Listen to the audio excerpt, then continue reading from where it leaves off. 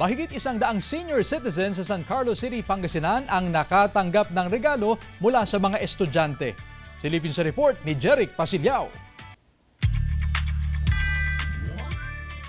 Labis na galak at tuwa ang namutawi sa mukha ng nasa mahigit 100 senior citizens sa isinagawang gift-giving activity sa Barangay Lilimasan, San Carlos City, Pangasinan. Ang 74 anyos na si Lola Julita, puno ng pasasalamat dahil sa regalong natanggap mula sa Pangasinan State University San Carlos Campus. Ay, masayang-masaya.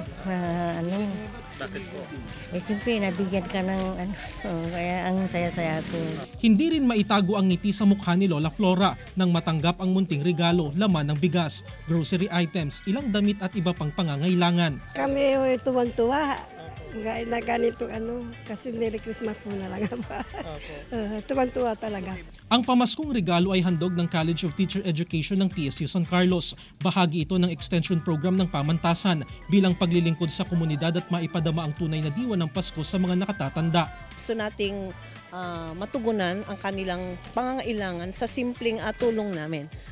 Simple lang naman pero ito ay punong-puno ng pagmamahal. Ngayong Kapaskuhan, naway maipadama ng isa't isa ang tunay na kahulugan ng Pasko sa pagkakaroon ng pusong puno ng pasasalamat. Kasama si Daryl Peralta, Jeric Pasilyao, 1 North Central Luzon.